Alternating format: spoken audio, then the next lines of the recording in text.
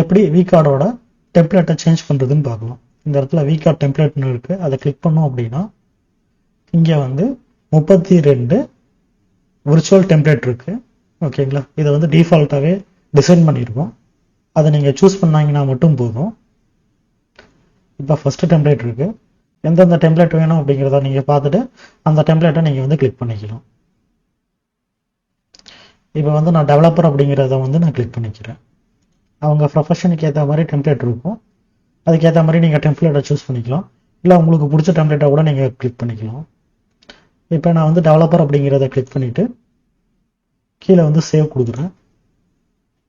ஒரு single click கொடுத்தா போதும், உடனே அந்த டோட்டல் டெம்ப்ளேட்டோட டிசைனும் மாறிக்கும்.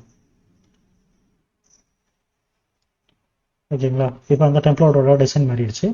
மறுபடியும் உங்களுக்கு வேறு ஏதாவது மாற்றணும் அப்படின்னா கூடவுமே இப்போ இந்த டெம்ப்ளேட்டை பிடிச்சிருக்கு அப்படின்னா நீங்கள் மறுபடியும் அதை கிளிக் பண்ணிவிட்டு கீழே வந்து சேவ் கொடுத்தீங்கன்னா உடனே சேவ் பண்ணிக்கலாம்.